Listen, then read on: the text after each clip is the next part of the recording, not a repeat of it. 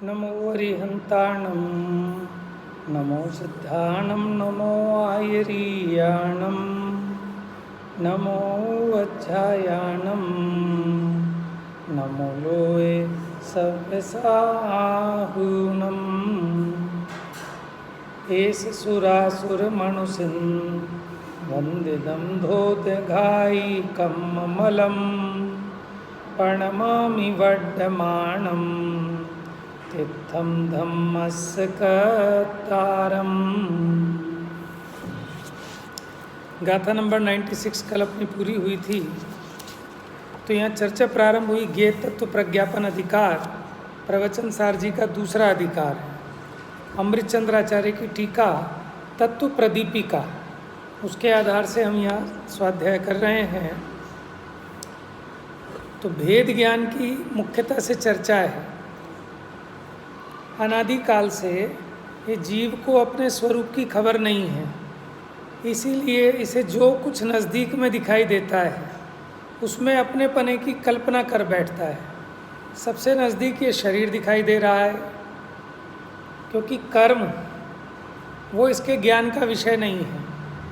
वो तो ये शास्त्र पढ़ के इसने मान लिया कि साहब मेरे कर्म है, मैं कर्मों सहित हूँ।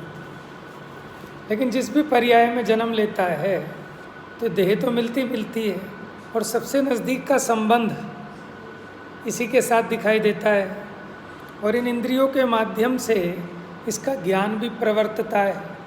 तो इसको ऐसा लगने लगता है कि ये ही मैं हूँ, और ये मान्यता अनादि से ही है। अब अगर कभी कोई इसे समझाए कि ये तू नहीं है, तो उसको समझ में नहीं आएगी कि अगर ये मैं नहीं हूँ तो फिर मैं क्या हूँ। तो ये समझना ज़रूरी है। आप कह रहे हो कि जगह मेरी नहीं है, उठ जाओ यहाँ से, तो मेरी जगह कौन सी है ये बताओ। आप उसे हटाओ भी और उसकी जगह भी ना बताओ, वो हटेगा क्या? कहेगा नहीं हटता, यही है मेरी जगह। ऐसे ही इस जीव के साथ हो रहा है कि आचार्य देव इसको कह रहे हैं कि शरीर तू नहीं है, स्त्री पुत्र मकान धन दौलत ये तेरे नहीं है, इसमें तेरा सुख नहीं है। लेकिन ऐसे हटाने से हटेगा नहीं। तो यहाँ प्रवचन सार जी में उसको पहले अब थोड़ी सी तमीज़ सिखा रहे हैं कि देखो आप दूसरे की चीज़ पे कब्जा करके बैठे हो, पहले अपने कागज़ देख लेने चाहिए कि मेरी जगह कौन सी है, मेरी रजिस्ट्री कौन सी है, तो ये चेक कर लो। तो ये कैसे चेक करेंगे कि द्रव्य गुण पर्याय से प्रत्येक वस्तु की सीमा अपने द्रव्य गुण पर्याय तक है, उसकी वो मालिक है, उसके बाहर उसका कुछ भी नहीं है। समझ में आया? लेकिन ये जीव को द्रव्य गुण पर्याय का स्वरूप न समझने के कारण ये बात समझ में नहीं आती कि परद्रव्य में से मेरा सुख नहीं, परद्रव्य से मेरा दुख नहीं, मैं परद्रव्य का कर्ता नहीं, मैं परद्रव्य का भोक्ता नहीं। तो ये बात गहराई से ठीक है, बिल्कुल स्पष्ट ठोस तत्व ज्ञान के बल से समझ में आएगी। तो इसलिए यहाँ तत्व ज्ञान ये करा रहे हैं कि वस्तु कैसी है, उत्पाद व्यय द्रव्य स्वरूप है, गुण पर्यायात्मक है। अब इसी की चर्चा चलनी है इस अधिकार में खूब खुलासे के साथ। ठीक है, भले पहली बार जब हम किसी चीज़ को सुनते हैं पढ़ते हैं, क्योंकि शब्द अपरिचित होते हैं, थोड़े से कठिन लगते हैं। बहू भी जब ससुराल में पहली बार जाती है तो उसे बड़ा अजीबो गरीब सा लगता है, बड़ा मुश्किल लगता है। बच्चा भी जब पहले दिन स्कूल जाता है तो जाना नहीं चाहता, रो रो के जाता है। लेकिन जब 2 4 6 दिन जाता है वहाँ उसको आनंद आने लगता है। अब मम्मी पापा कहें कि आज छुट्टी कराएंगे, कि नहीं मैं छुट्टी नहीं करूँगा एक भी दिन। समझ में आया? पहले दिन जो गई थी बेटी तो कहती थी मम्मी मैं नहीं जाऊँगी, रोती थी खूब। ठीक है, उसको बुलाते हैं कि बेटा आजा, हफ्ते 10 दिन रह जा, कि मैं नहीं आऊँगी। समझ में आया ऐसा क्यों हुआ है? वहाँ रच पच गई है अभ्यास से। तो ऐसे ही अभी भले ही हमें विषय कठिन लगता हो, लेकिन जब आप इसका अभ्यास कर लेंगे 1-2 बार, तब आपको इतना बढ़िया और आनंददायक लगने लगेगा। फिर आप कहेंगे नहीं साहब हमें तो यही विषय पढ़ाओ बार बार। ठीक है, इसलिए निरुत्साहित नहीं होना। देखो रोज़ थोड़े ना हलवा मिलता है, कभी चने भी खाने चाहिए, ठीक है। क्योंकि हमें लग रहा है कि प्रकरण उत्पाद व द्रव्य और उसकी शब्द शैली, ठीक है, और अमृतचंद्र आचार्य की टीका तो वैसे ही बड़ी हाई फाई लेवल की है, लेकिन आप अपने मुद्दे की बात तो कम से कम पकड़ सकते हैं उसमें से। भले ही हम उतनी विद्वत्ता से, ठीक है, उतने विद्वान नहीं बनना, लेकिन अपने काम की चीज़ जो वो कहना चाह रहे हैं उतना तो हर एक व्यक्ति समझ सकता है, ठीक है।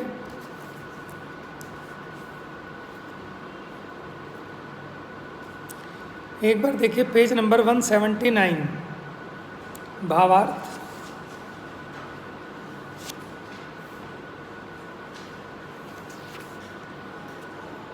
तो इस टीका में क्या सिद्ध किया वो भावार्थ में बता रहे हैं। अस्तित्व के और द्रव्य के प्रदेश भेद नहीं है। अस्तित्व किसे कहते हैं कि जो उत्पाद व द्रव्य युक्त है वो अस्तित्व है। अस्तित्व माने सत्ता, उसकी एग्जिस्टेंस। ये किससे सिद्ध होती है? उत्पाद व द्रव्य से, गुण पर्याय से। तो जो अस्तित्ववान है वही द्रव्य है। द्रव्य के और अस्तित्व के प्रदेश अलग अलग नहीं है कि द्रव्य है उसमें अलग से लाके अस्तित्व डाला तब ये अस्तित्व वाला हुआ। और वह अस्तित्व अनादि अनंत है। कैसा है वो अस्तित्व? किसी ने नया नहीं, पापा जी को ग्रंथ देना, पंचाध्यायी, मैं देखना ही भूल गया उसको। हाँ, तो अनादि अनंत है। अनादि अनंत क्यों है? कि कोई नया बनाए, ठीक है, कोई बनाए तब तो वो शादी हो, लेकिन किसी ने बनाया तो है नहीं, इसीलिए वो अनादि अनंत है। एक रूप परिणति से सदा परिणमित होता है। एक रूप परिणति से मतलब चेतन है तो वो चेतन परिणति से है, अचेतन है तो वो अचेतन रूप परिणति से सदा परिणमित होता है।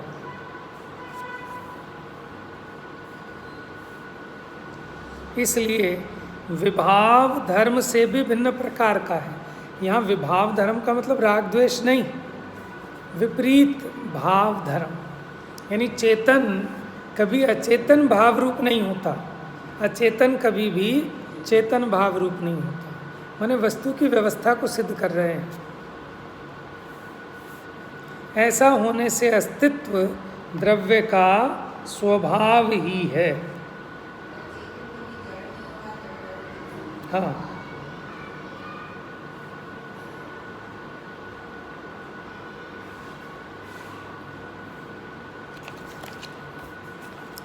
गुण पर्यायों का और द्रव्य का अस्तित्व भिन्न भिन्न नहीं है, एक ही है, क्योंकि गुण पर्याय द्रव्य से ही निष्पन्न है। गुण पर्याय कोई और चीज़ नहीं है। जैसे घड़ा वो पर्याय है ना, ठीक है, और मिट्टी द्रव्य है। तो घड़ा कहाँ से उत्पन्न हुआ? मिट्टी से ही निष्पन्न है। मिट्टी से अलग कोई चीज़ थोड़ी ना है कि मिट्टी के प्रदेश अलग हों और घड़े के प्रदेश अलग हों, ऐसा तो नहीं है। क्योंकि गुण पर्याय द्रव्य से ही निष्पन्न होती है। निष्पन्न माने रचित, उत्पन्न होती है। और द्रव्य गुण पर्यायों से ही निष्पन्न होता है। देखो, अब मिट्टी आपको चाहिए, जैसे सोने का उदाहरण दिया था, आपको सोना खरीदना है धनतेरस पर। हम तो मानते नहीं, लेकिन अन्य मतियों में बड़ा प्रचलन है इस चीज़ का कि धनतेरस पर सोना खरीदोगे तो धन बढ़ेगा।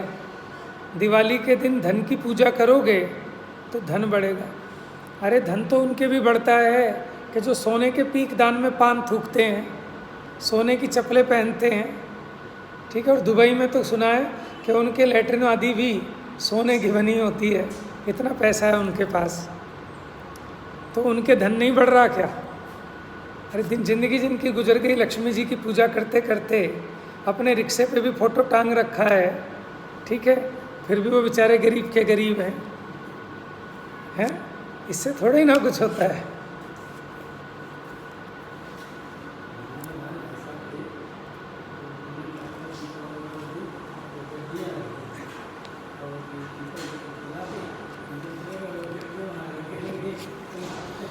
लोग लक्ष्मी की पूजा कर रहे थे और लक्ष्मी भी जल गई, उसकी दीपक से जला दिया, उस थाली में गड्डी रखे।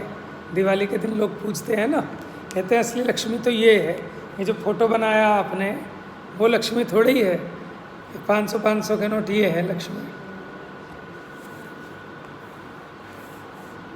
अच्छा, अब जैसे आपको सोना चाहिए, आप दुकान पे गए कि साहब सोना दे दो, अब उसने आपको क्या कह दिया, हार दे दिया कि साहब ये तो हार है, हमें तो सोना चाहिए। तो फिर उसने कुंडल दे दिए, अंगूठी दे दी, ज़्यादा हुआ बिस्किट दे दिया, और नहीं तो डला ही दे दिया।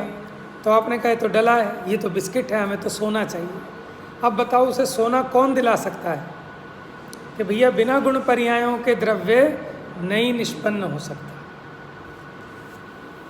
और इसी प्रकार उत्पाद व्यय द्रव्य का और द्रव्य का अस्तित्व भी एक ही है, ये अलग अलग नहीं है, क्योंकि उत्पाद व्यय द्रव्य से ही उत्पन्न होते हैं और द्रव्य उत्पाद व्यय द्रव्यों से ही उत्पन्न होता है।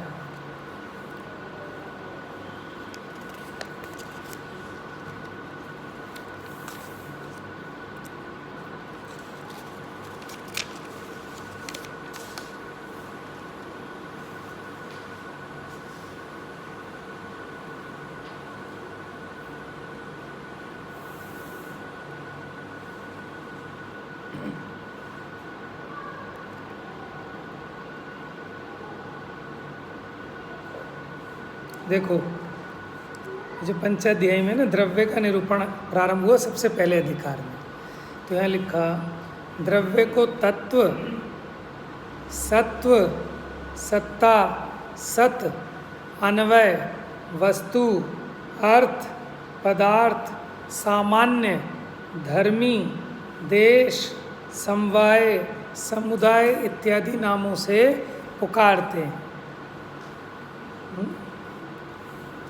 तो ग्रंथकार कहीं किसी शब्द का प्रयोग करेंगे, इसके लिए इन्होंने यहाँ पहले ही बता दिया।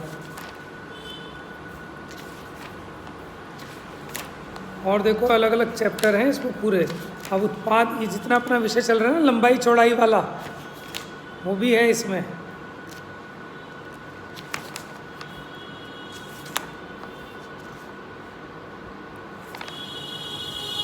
ये तो मुझे लगता है कि छपना भी इसका कोई नया, बहुत सालों पहले एडिशन छपा था, उसके बाद तो ये छपा भी नहीं है, क्योंकि जब पढ़ने वाले ही नहीं रह जाते हैं ना तो छपाई भी बंद हो जाती है। जब डिमांड नहीं होगी मार्केट में तो प्रोडक्शन क्यों होगा। तो कहीं पढ़ने लोग चालू करें इस ग्रंथ को तो फिर डिमांड रेज होगी, फिर 2-4 लोग मिलजुल कर कि साहब हमें छपाना है, कि 1000 ग्रंथ छपाएं, जगह जगह इसकी क्लास लगे। तो बड़ा उत्तम ग्रंथ है। आपको इस ग्रंथ को पढ़ने के बाद ये लगेगा कि प्रवचन सार में तो बहुत थोड़ा सा ही विषय है जो आप कठिन कह रहे हो, इसमें तो बहुत विस्तार है उत्पाद व्यय द्रव्य का। एक चैप्टर द्रव्य के लिए ये पूरा प्रथम खंड 5 अध्याय लिखने थे और ये सिर्फ 2.5 अध्याय लिख पाए हैं, ठीक है, 5 अध्यायों में से। और अक्षर भी बारीक कितने हैं कि बहुत माल है एक एक पेज में, बहुत कंजूसी से लिखा है कि कम पेज पे ज़्यादा दे सकें। और ऊपर नीचे भी जैसे बहुत जगह खाली होती है, कोई जगह खाली नहीं है।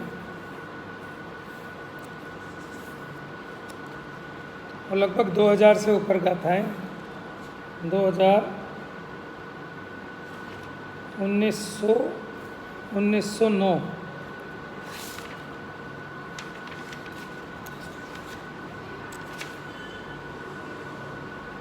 (1909) 1909 गाथाएं। और ये अधूरा रह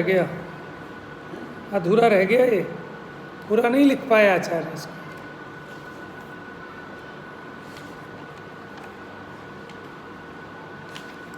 इसी ग्रंथ में एक बात बहुत अच्छी आई थी पढ़ने में, एक स्वानुभूति आवरण क्रम है। कौन सा? ये जीव जो स्वानुभूति नहीं कर पा रहा, उसमें स्वानुभूति आवरण क्रम का उदय निमित्त है। ज्ञानावरणी के अनेक भेद है ना, उसमें एक स्वानुभूति आवरण, इसमें पढ़ा था मैंने।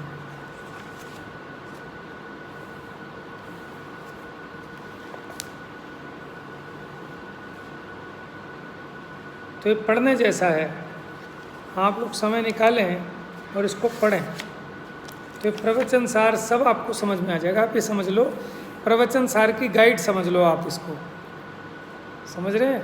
यहाँ तो उतना नहीं कह पाएंगे, लेकिन फिर उसको बहुत चर्चा है, तर्क वितर्क से, फिर क्वेश्चन आंसर भी दिए हैं।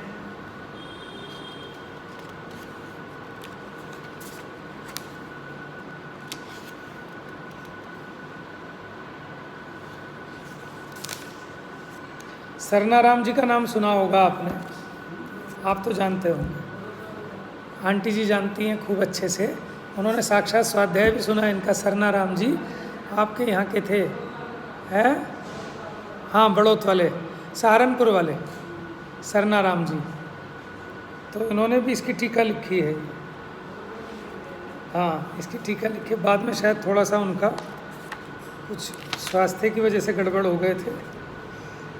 कई टीका है, देवकी नंदन जी की भी टीका है इस पर। अब देखो यहाँ तो लिखा है, अनुमानित है कि ये अमृतचंद्र आचार्य विरचित है। ऐसा अनुमान लगाया जाता है कि ये ग्रंथ अमृतचंद्र आचार्य द्वारा रचित है। और ये टीका है अध्यात्म चंद्रिका टीका है, और इसके टीकाकार है अध्यात्म पुरुष स्वर्गीय पंडित श्री सरनाराम जी। जो इस बेल्ट के हैं ना, वो सब जानते हैं, बड़ौद, सहारनपुर वाले, देहरादून वाले।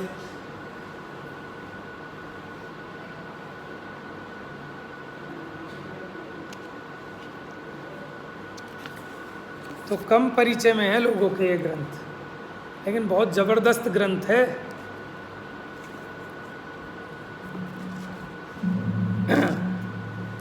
मैं 21 साल हो गए लगभग, सन 2000 में पहली बार मुजफ्फरनगर गया था, कोई शिविर लगा था। आपकी मम्मी जी भी गई थी, मौसी भी थी आपकी शास्त्री पारक वाली, मेरे साथ नहीं गई थी, मैं अकेला गया था। वहाँ मिली थी, मैंने कहा तो हमारे शास्त्री पारक की, ठीक है। तो वहाँ से मैं भर के लाया था, वहाँ से एक प्रति मिली थी, ये बहुत पुरानी थी वो भी, पंचाध्यायी। फिर उसके बाद हमने उसको पढ़ा था। तो जो रुचि वाले जीव हैं, जिनको जिज्ञासा रहती है कि उत्पाद व द्रव्य क्या है, द्रव्य गुण पर्याय क्या है, आत्मानुभूति क्या है, ये विषय सारे इसमें बहुत स्पष्टीकरण के साथ हैं।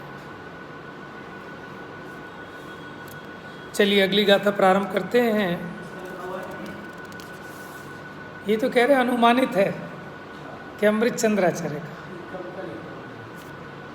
वो ज़्यादा कुछ नहीं कह सकते। अगर इतना भी कंफर्म हो जाता, अच्छा प्रति जो एडिशन छपा है 1996 का, 96 जयपुर से छपा है। ये जयपुर का तो प्रिंटर है, ये अलवर वालों ने छपाया होगा। 2100 कॉपियाँ छपी थी जून 1996 में। महावीर प्रसाद जैन अलवर वाले, ये जो किशन चंद जी अलवर वालों की भी किताबें छपती है ना, इसी वहीं से छपती हैं। दिगंबर जैन साहित्य प्रकाशन समिति अलवर।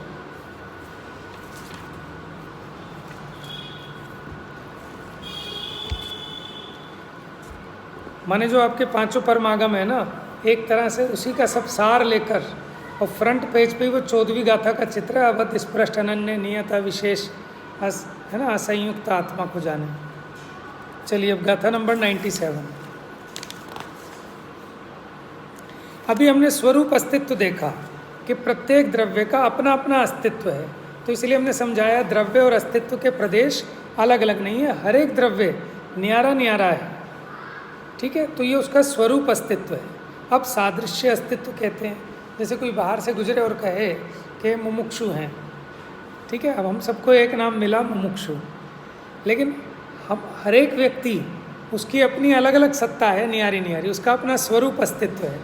लेकिन मुमुक्षु इस नाम से हम सबका एक सामान्यीकरण कर दिया, जर्नलाइज कर दिया कि ये भी मुमुक्षु, ये भी मुमुक्षु, ये भी मुमुक्षु, लेकिन फिर भी अपना अपना सब न्यारे न्यारे अपने अस्तित्व को धारण करते हैं, ठीक है। तो अब स्वरूप अस्तित्व की चर्चा हो गई। अब सादृश्य अस्तित्व कि जगत में जितने भी पदार्थ हैं वो एक समान शक्तिवान हैं, क्योंकि सब सत्तावान हैं। तो सत्ता अगर इसकी अपेक्षा देखें तो सब सादृश्य हैं, क्योंकि सभी सत्ता वाले हैं। जैसे हम कहते हैं ना, अगर तू इंसान है तो मैं भी तो इंसान हूँ, तो इंसान इंसान समान है। तो उसी प्रकार प्रत्येक पदार्थ क्योंकि सत स्वरूप है, इसलिए सादृश्य अस्तित्व वाला है। उसकी चर्चा 97 नंबर की गाथा में करते हैं। गाथा उसी पेज पे है, 179 नंबर के पेज पर।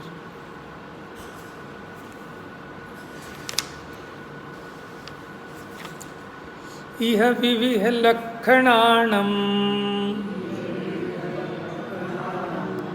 लक्षणमेगं सदिति सव्वगयम्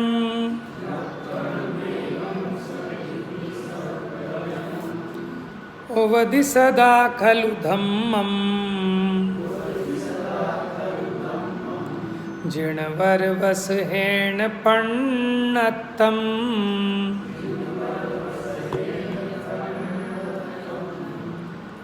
विध विध लक्षणीणु सरवगत सत्वलक्षण एक छे ए धर्म ने उपदेशता जिनवर।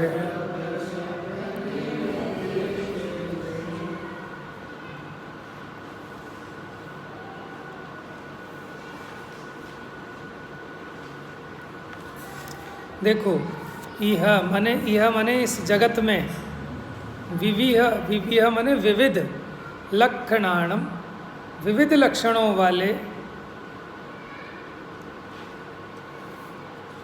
लक्षणमेगम जो विविध लक्षणों वाले जो पदार्थ हैं, द्रव्य हैं, लक्षणमेगम माने उनका एक लक्षण कहा है। क्या? सद इति। क्या एक लक्षण क्या कहा सबका? सत, ये लिखा है ना, सदिति, सत इति, बस इतना। कि विविध विविध लक्षणों वाले हैं कि क्या? कि कोई ज्ञान दर्शन वाला है, कोई स्पर्श रस गंध वर्ण वाला है, कोई गति हेतुत्व है, कोई स्थिति हेतुत्व है, कोई अवगाहन हेतुत्व है, कोई वर्तना हेतुत्व है। ऐसे विविध विविध लक्षण वाले द्रव्यों का लक्षण में एगम उनका एक लक्षण सत इति, सवगयम। सवगयम माने सब में, गमन माने जाने वाला, कि जो सब में जाए, यानी सर्वगत लक्षण जो सभी द्रव्यों में जाए, सभी द्रव्यों में पाया जाए, ऐसा एक सर्वगत लक्षण क्या बताया? सत। समझ में आया? सभी द्रव्यों के अपने न्यारे न्यारे लक्षण हैं, कोई जानने देखने का लक्षण वाला, कोई स्पर्श रस गंध वर्ण वाला। तो ऐसे जो विविध लक्षणों वाले द्रव्य हैं इस जगत में, उन सबका एक सर्वगत लक्षण सत ओवधि सदा उपदेशित, यानी उपदेश किया है। खलु धम्मम, खलु माने नियम से, धम्मम माने धर्म का, ओवधि सदा खलु धम्मम यानी धर्म का उपदेश करते हुए, जिणवर वसहेण पण्णत्तम यानी जिनवर वृषभ ने, पण्णत्तम माने प्रज्ञप्तम माने उसका वो उद्घोषणा की है, उसका ऐसा वो लक्षण कहा है। पण्णत्तम माने प्रज्ञप्तम, प्रणीत कह लो। गाथा समझ में आई आपको? कहना क्या है? धर्म का उपदेश करने वाले जो जिनवर वृषभ हैं, माने तीर्थंकर देव, जिनवर वृषभ ने इस विश्व में जो विविध लक्षणों वाले द्रव्य हैं, उनका एक सर्वगत लक्षण क्या कहा? सत। सत, सदिति लिखा है ना, सत इति, ऐसा एक लक्षण का है। सर्वगत का मतलब क्या है? कि जो सब में जाए। जाने के दो अर्थ होते हैं ना, जाना यानी जानना, और एक जाना माने गमन करना। तो ये लक्षण सब में जाता है, सर्वगत है, क्योंकि कोई द्रव्य ऐसा नहीं है कि जिसमें सत लक्षण ना पाया जाए। ठीक है? क्योंकि जिसमें सत नहीं होगा वो द्रव्य की सत्ता भी नहीं होगी। चलिए आ जाइए अगले पेज पर, 180 नंबर पेज। धर्म का वास्तव में उपदेश करते हुए जिनवर वृषभ ने इस विश्व में विविध लक्षण वाले माने सबका अपना न्यारा न्यारा स्वरूप अस्तित्व है ना, द्रव्यों का सत ऐसा सर्वगत लक्षण एक कहा है। सर्वगत मतलब सादृश्य, जो सब में पाया जाए समानता के साथ। टीका देखिए, इस विश्व में विचित्रता को विस्तारित करते हुए, विचित्रता माने भेदपना, अनेकपना, अन्य द्रव्यों से व्यावृत रहकर प्रवर्तमान, व्यावृत माने हटकर, अलग होकर, अन्य द्रव्यों से अलग रहकर, प्रवर्तमान माने वर्तने वाला, और प्रत्येक द्रव्य की सीमा को बांधते हुए ऐसे विशेष लक्षणभूत स्वरूप अस्तित्व से, माने जो अनेकता उत्पन्न करता था, स्वरूप अस्तित्व कि ये जड़ है, ये चेतन है, ये धर्म है, ये अधर्म है, ये आकाश है, ये काल है, उससे क्या द्रव्यों की विविधता होती थी, ऐसा वो जो स्वरूप अस्तित्व था उसके द्वारा वो न्यारे न्यारे द्रव्य लक्षित होते हैं। फिर भी सर्व द्रव्यों का विचित्रता के विस्तार को अस्त करता हुआ, माने जो उनमें भेद था ना, उन भेदों को गौण करता हुआ, जैसे आप जैन हो, कोई हिंदू है, कोई मुस्लिम है, इन सब भेदों को गौण करता हुआ आपने एक लक्षण बनाया इंसान, तो भैया तुम भी इंसान, हम भी इंसान। समझ में है? ऐसे ही जो स्वरूप अस्तित्व है उसकी जो विचित्रता थी, उसके कारण भेद खड़े हो रहे थे कि जीव, पुद्गल, धर्म, अधर्म, आकाश, काल, उनको माने विचित्रता के विस्तार को अस्त करता हुआ सर्व द्रव्यों में प्रवृत्त होकर रहने वाला, कि जो सभी द्रव्यों में पाया जाता है, ऐसा एक सामान्य और प्रत्येक द्रव्य की बंधी हुई सीमा की अवगणना करता हुआ, कि जो उसकी सीमा है उसको सुरक्षित रखता हुआ, उसको गिनता हुआ, सत ऐसा जो सर्वगत सामान्य लक्षणभूत सादृश्य अस्तित्व है, वह वास्तव में एक ही जानना चाहिए। स्वरूप अस्तित्व वाले लक्षण तो न्यारे न्यारे अनेक हो सकते हैं, लेकिन एक जो ये सामान्य आपका लक्षण बताया सत, ये सभी में एक रूप से पाया जाता है, और ये स्वरूप अस्तित्व को गौण करता है, उसको छिपाता है। इसका मतलब ये नहीं है कि स्वरूप अस्तित्व का नाश हो गया, नाश नहीं हुआ, स्वरूप अस्तित्व रहेगा, हिंदू हिंदू रहेगा, मुस्लिम मुस्लिम रहेगा, जैन जैन रहेगा, लेकिन फिर भी सब इंसान है ना। जैसे हम दिल्ली वाले रहेंगे, राजस्थानी राजस्थानी रहेगा, गुजराती गुजराती रहेगा, लेकिन फिर भी सब भारतीय हैं कि नहीं। वो अपनी उस विविधता को बनाते हुए भी सब भारतीय हैं कि नहीं। तो उसी प्रकार अपनी अपनी जो स्वरूप सीमा है वो सबकी रहेगी, लेकिन उसके बावजूद भी एक सतपने से देखें तो सभी द्रव्य एक हैं। हम कहते हैं ना, हम सब भारतीय हैं, हम सब एक हैं। तो वहाँ एकता कैसे कह रहे हो कि गुजराती भी भारतीय है, यूपी वाला भी भारतीय है, बिहार वाला भी भारतीय है, इसलिए सब भारतीय एक हैं। लेकिन फिर भी बिहारी बिहारी रहेगा, गुजराती नहीं हो जाएगा। तो जड़ जड़ रहेगा, चेतन चेतन रहेगा, अपनी अपनी स्वरूप सीमा में रहेंगे, लेकिन फिर भी वो सत नाम के धर्म से जब हम वस्तुओं को देखेंगे तो सादृश्य अस्तित्व दिखाई देगा, वो एक दिखाई देंगे। इस प्रकार सत ऐसा कथन और सत ऐसा ज्ञान सर्व पदार्थों का परामर्श करने वाला है। देखो, परामर्श तो डॉक्टर से होता है, परामर्श लेते हैं ना डॉक्टर से कंसल्ट, तो उसको कहते हैं परामर्श, एडवाइस। लेकिन यह परामर्श का अर्थ है जानने वाला है। यहाँ परामर्श छूने के अर्थ में है, लेकिन छूना भी जानने के अर्थ में होता है। जैसे केवली भगवान से कोई भी द्रव्य बाकी नहीं बचा कि जिसको उन्होंने स्पर्शित ना कर लिया, मतलब जान ना लिया। तो परामर्श अर्थ यहाँ जानने के अर्थ में है। तो देखो, सत ऐसा कथन और ऐसा ज्ञान। अब देखो नए जो हैं, आप ये बताओ नए वस्तु में होते हैं या वस्तु को जानने वाले ज्ञान में होते हैं? वस्तु में नए नहीं होते। ऐसा नहीं है कि ये वस्तु निश्चय है और ये वस्तु व्यवहार है, ये क्रिया निश्चय और ये क्रिया व्यवहार, ऐसा नहीं है। वस्तु को जानने वाले ज्ञान में नए होते हैं कि जो किसी अंश की मुख्यता से, किसी धर्म की मुख्यता से वस्तु को जाने, उस ज्ञान का नाम नए। और नए वाणी में भी होते हैं। तो जो वचन किसी एक धर्म की मुख्यता से कथन करे तो वो वचन भी नयात्मक है। तो इसलिए कह रहे हैं सत ऐसा कथन और सत ऐसा ज्ञान सर्व पदार्थों का परामर्श करने वाला है, माने सभी पदार्थों का जानने या जनाने वाला है। यदि वह ऐसा ना हो तो कोई पदार्थ सत, कोई असत, कोई सत तथा असत और कोई अवाच्य होना चाहिए। कि अगर सत लक्षण से सभी पदार्थ ग्रहण ना होते हों तो जो कुछ रह जाएंगे वो फिर असत कहलाएंगे। तो फिर तो कुछ असत भी होने चाहिए, कुछ सत असत होने चाहिए और कुछ ऐसे होने चाहिए कि जिनको कहा ही नहीं जा सकता, अवाच्य होना चाहिए। किंतु वह तो विरुद्ध ही है, क्योंकि कोई भी चीज़ असत तो होती ही नहीं। और तो जो असत होती है वो चीज़ नहीं होती।